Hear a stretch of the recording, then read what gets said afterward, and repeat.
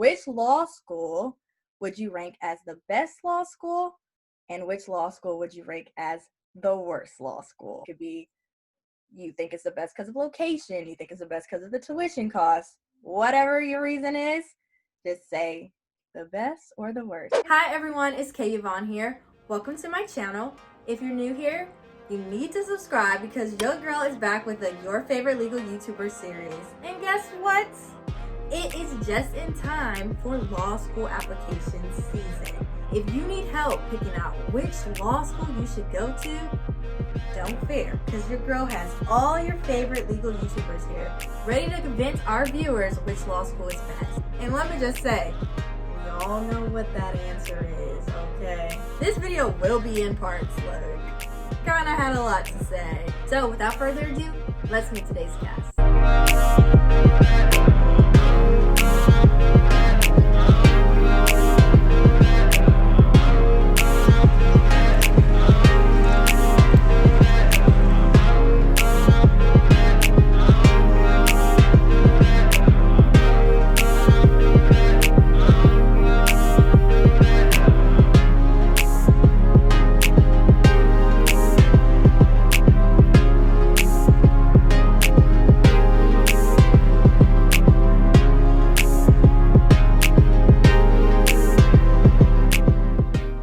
ItsKayYvonne here. Welcome to my channel.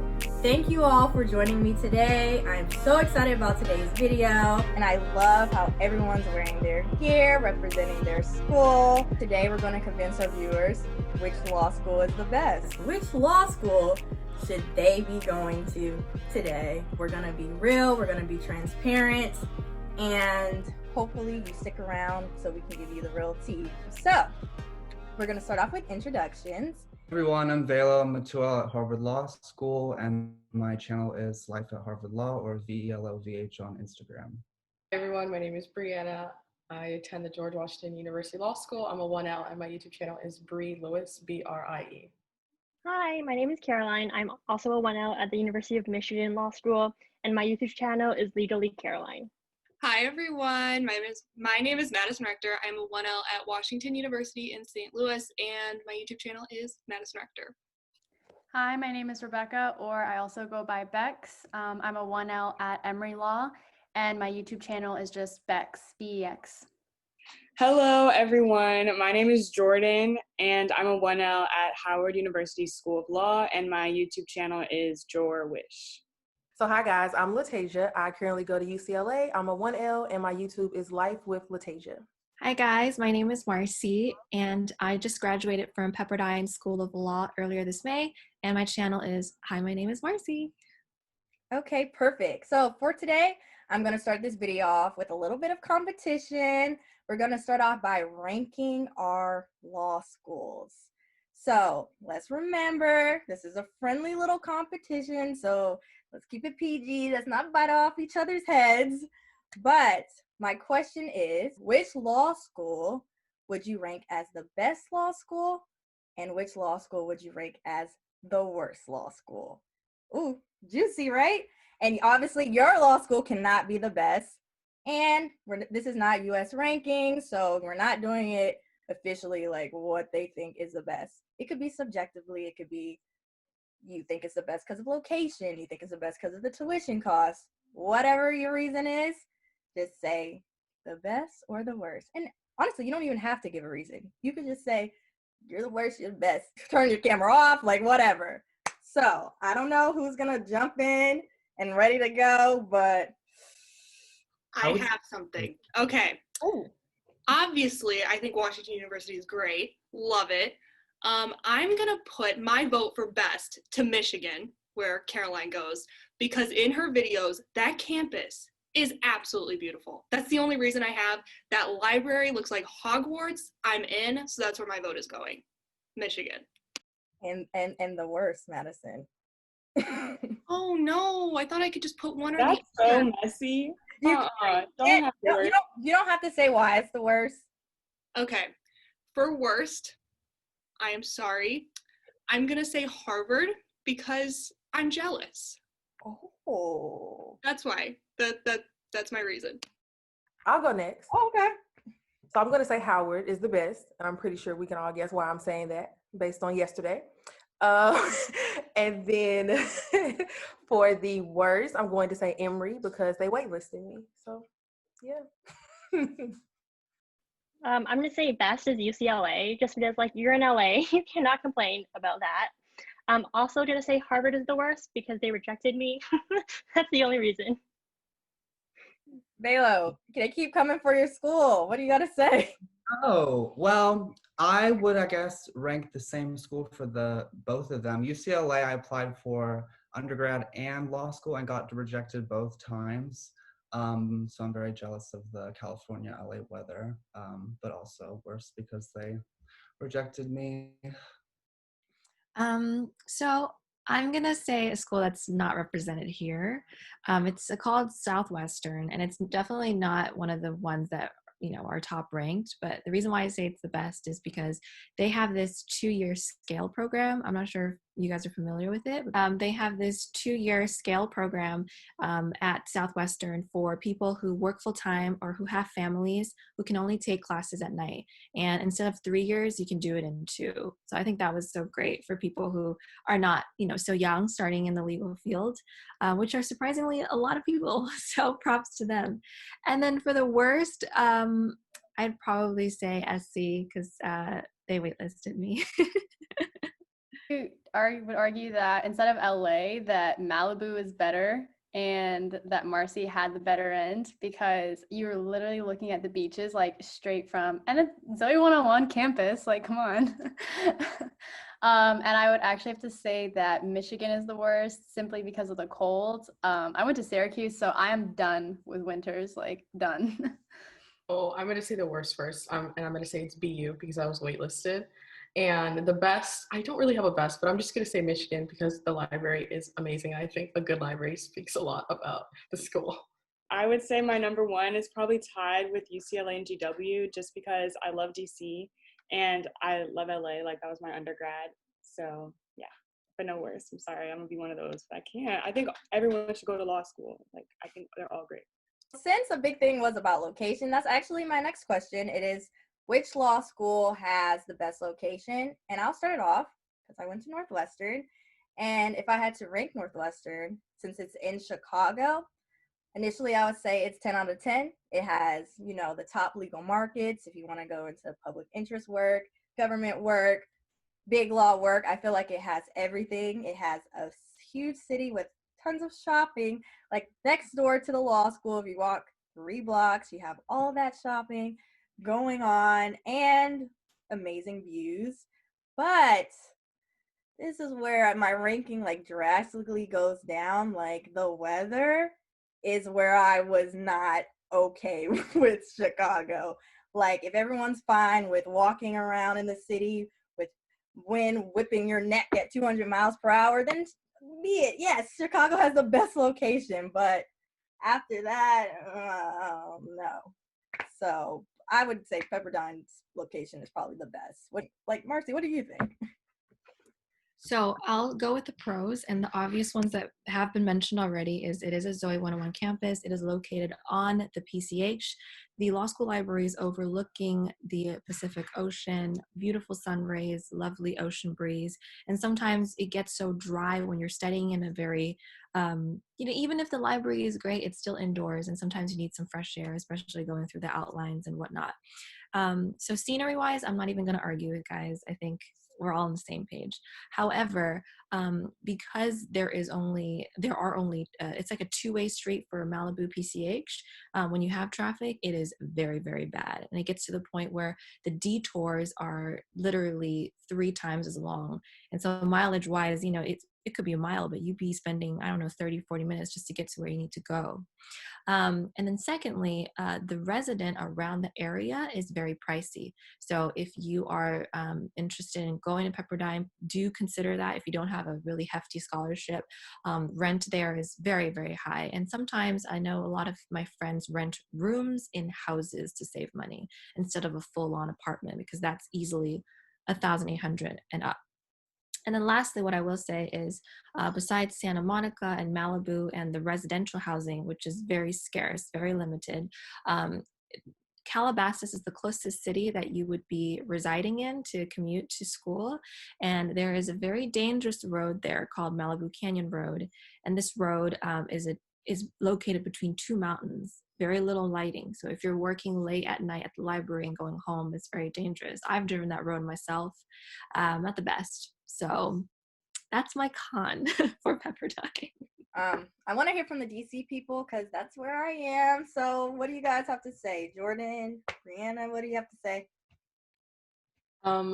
So I'm from Florida, so I don't know what the cold is. So right now I'm saying that I love DC and it's amazing because, you know, it's the heart of the legal field. There's literally the White House and Congress at my fingertips. But, you know, it gets really cold here apparently. So I don't know anything about the cold. So that's going to be interesting. But I definitely think location is a huge thing to consider. And if you're interested in government work or interning at the White House or interning for a senator or a congressperson, DC is the perfect location for you. Yeah, I haven't been in a DC winter in a while, so I'm also adjusting to see how the cold will be. But from what I remember, it's really not that bad. But I think DC is a great place to go to law school. I know I was definitely considering what location, and I knew I wanted to be in a city. You know, I'm a city girl. Okay, I didn't want to be somewhere where I couldn't just like walk and be around people and have good restaurants around me. So I wanted a central location, and DC, like Bree said, has everything at your fingertips, not only just legal, but everything. So it's a great city with a bunch of resources. And it's also, you know, a diverse city as well. And yeah, I just think I'm very pro DC. So I think DC is the best place ever. Listen, coming from someone who's been here since the 5th grade, let me tell you, the winters are very mild compared to Chicago. Okay, guys, I was in negative 30-degree weather. No exaggeration. 3 days, nobody could go outside.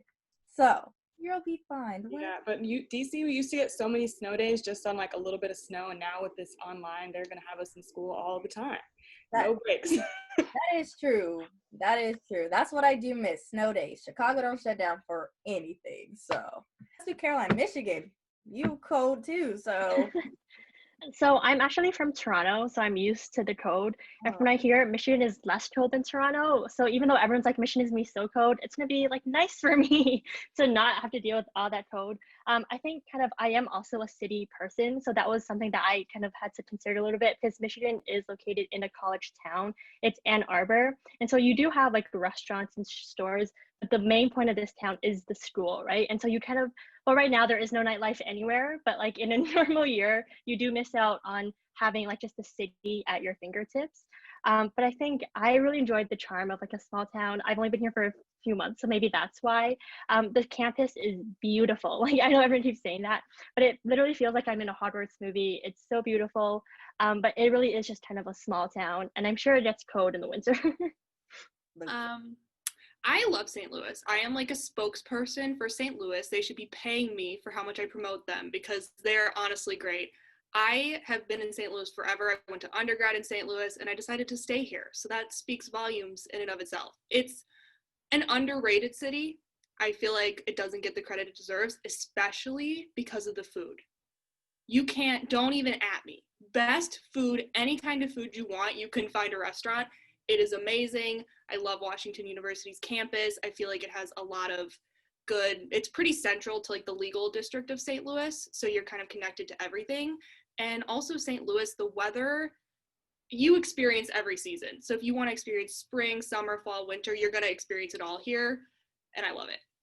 Yeah, so to be honest, going from LA to Cambridge was a little bit of a downgrade for me just because I was used to like LA nightlife and all that kind of stuff. But as far as things to do, the campus and on-campus housing is right next to the train stations. So you can like go on like little mini adventures all over, like Salem with the witches is nearby. You can also go to Boston, which is really close, or they do like apple picking and stuff in the fall. But as far as housing goes, it is a little bit more expensive. And in Massachusetts, they do this thing like a broker's fee. So when you get the lease, you also have to like pay an additional fee, which kind of can like rack up the amount of money you need for the initial deposit, which is why I ended up going with on-campus housing. But there's around the school, there's also like lots of restaurants. and stuff. So not that you'll have that much time to be going out and seeing everything, but there are things to do if you have a break on the weekend. Would be doing everyone a disservice if I didn't say that none of the flyers for HLS show the snow or anything like that. So that's one thing I didn't know when I was going. So I had to get a jacket. It was freezing. So I just like wanted to put that out there. I was like, it was overnight. Everything was covered in snow, and I was like, damn, they didn't tell me this at all. And Latasia, I know it's not Malibu, but you're still in California. Yeah, so I mean, I definitely like California. I think that I really thought it didn't get cold at all, but it's been cold here for like 3 days. So it does actually get cold. It rained for the first time in like 6 months yesterday. So it does rain. I thought it didn't rain. I was completely fooled. Um, in terms of what else, it's definitely always something to do here, though. Even though like it's a pandemic, it's still stuff to do in LA at all times. So I think that's definitely a benefit. It is expensive, especially if you want to live right next to campus. Like they have on campus housing, which I think, I don't know, maybe between like 1,400 and 1,800 for law school. But like if you want to live in an apartment in Westwood, it's definitely way more expensive. And then even if you wanted to live like farther out, it's still going to be expensive. So I would say housing is something to be concerned with. Even like parking, I've already got like 3 parking tickets. You have to pay to park every single place you go. So that's something to be concerned about. And then like in terms of food, for me, I'm from the South, so I don't necessarily like the food. I think some people will though. They have a variety of food though. I will say that, like every single culture you can find here, but that doesn't mean it tastes good to me. So I don't know. Uh, but yeah, I mean, I like LA though. I definitely like it. It's just different. If you're coming from the South, I would definitely say it's an adjustment for sure. You know what I like about the South? The portion size of food. It's big and you're paying for your money. Like in Chicago, the portion size is literally like this big. And you're spending like bukus of money just for that little thing. Yeah. Chicago has really good food though. They do. It's just I don't like the portion size. I'm like, why are you bringing me a dog food size portion? Like, that's it. But next question. Okay, so how diverse is your school? Because a lot of people care about diversity, you know? And diversity, it can look like diverse in age or in race or in gender. How does that look like at your school? I guess I can start it off at Northwestern. I say when it comes to gender, it was pretty much split, half and half. There was no gender that overpopulated another one. But when it comes to age, Northwestern pride themselves on having people with work experience. So usually people with work experience are older. So the population median, I believe, was 27 and up.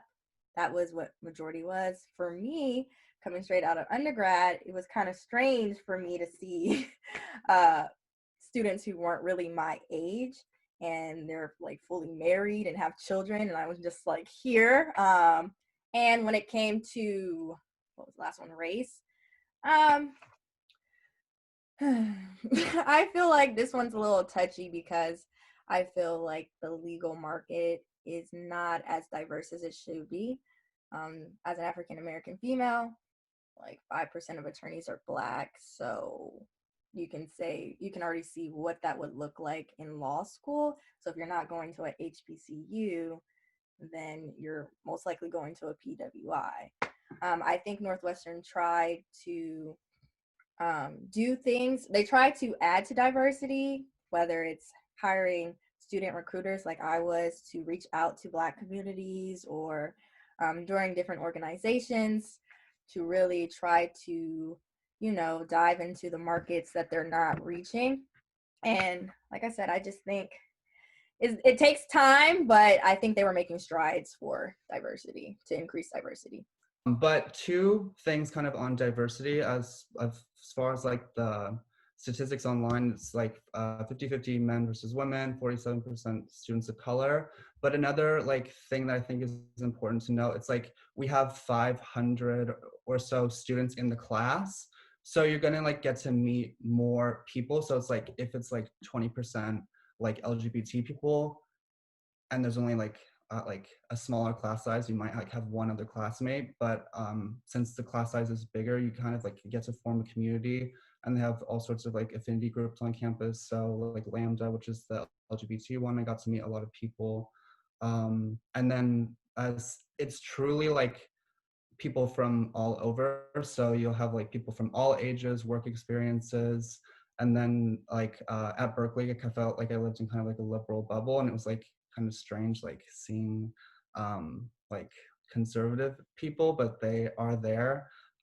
So like kind of having that like disagreement and like tension, I think has been helpful because that's what you'll face in the real world. And yeah, it's kind of eye-opening in that way. And that's the diversity you need, I think, really. If you don't mind, I just want to jump in and piggyback off what Vila was saying. I wish that my school had a more prevalent LGBTQ community.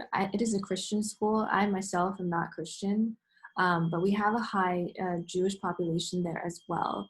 Religion is not enforced on our studies, and it's also not enforced in the undergrad campus either.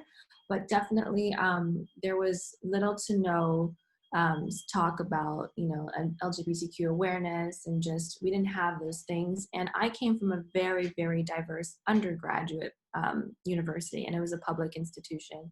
And literally, when we think about diversity, I feel like the race is the number one thing we think about. And to go from a very diverse environment to a very homogenous environment was kind of uncomfortable for me. No one looks like me. I think I was the only Asian girl in my section, if not my entire class. So, and if they were Asian men, it was they were ESL students. So they didn't pursue a JD degree. They pursued a master's in law. And there was very, very little representation for African Americans there. I think there were only two African American males and then one African American girl. And so I wish that Pepperdine would do a little bit more outreach.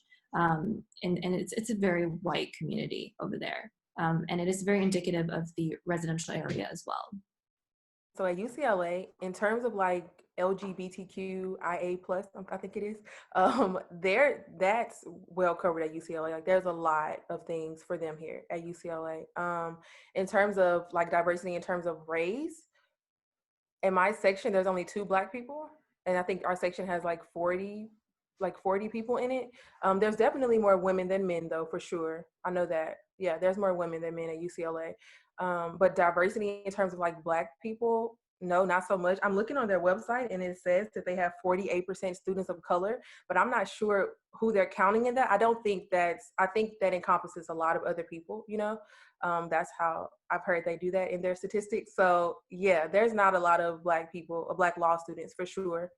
In terms of, what was the other one? It was race and then Age, I guess, if you want to talk about age. Oh yeah, age. So they actually have a thing at UCLA called OWLS, Older Wiser Law Students. There's like a whole group for people that are older or have kids or that have different situations that are typical. So they do have that, and there's several people in that group. So they do like try to reach out to that group. So there's a few people that I've met that are older, because I myself am 29, so I would be in that group. But in terms of like race, no, not so much. Wait, what is it called? Older what? Older, wiser law students, and they call it OWLS. Yeah, I should have had younger, wiser law students because I'm the only one that was young. Okay, Bex, Rebecca. I would say, well, I guess I'll just preface it by saying that sadly, my expectations were just low from the jump. So when I came to Atlanta and there were like 30 of us in the 1L class, 30 of us, being African-American students, I was very impressed. So, and I think that's just from, from the fact that like, I knew what I was getting into. I knew I was going to a PWI. So I didn't go in being like, I'm going to have like the HBCU experience just because I'm in Atlanta. Like I knew I was going to a PWI, and I knew kind of like, I live in the suburb as well. So Emory is kind of like on the outer, it's not in like downtown Atlanta. So I'm in Decatur, and it's a predominantly white community. So I was just like, I kind of just made sure I knew what I was getting myself into before I went, so I wasn't like disappointed or anything. So then when I got there and I started meeting more and more Black students, and I realized like in just my legal writing class, which is like only about 20 students, there's like 5 or 6 of us that are Black, and I was like, this is lit. Like, I was like, I am very pleased with this. And I wish that wasn't the bar, but that is currently, and I think it'll get better as time goes on. But I will say that I feel like Emory did a good job, at least within this application cycle, to just, you know, to admit more African American students. And I think more people are, especially within this like area, there's a lot of people from Georgia as well that are 1Ls. So I think maybe they did a really good job of just like recruiting people to come here from, you know, the surrounding areas. So I was just very happy when I got here because I was like, I feel comfortable, you know. It's crazy how that can really play such a big role, especially when you're so intimidated by all the other aspects of this experience. Like, it's crazy how just having people who look like you and around you, like whether or not you think the same, or, you know, you might not even like each other, but it's just simply the fact that there are people who look like you and know your experience. It just it's like a relief on your shoulder, like off of your shoulders. So I think that they did a great job. And even the older BOLSA students were saying like, wow, like I think this might be the biggest class that we've at least seen within our 3 years here. So I think they've been more intentional about it in this application cycle.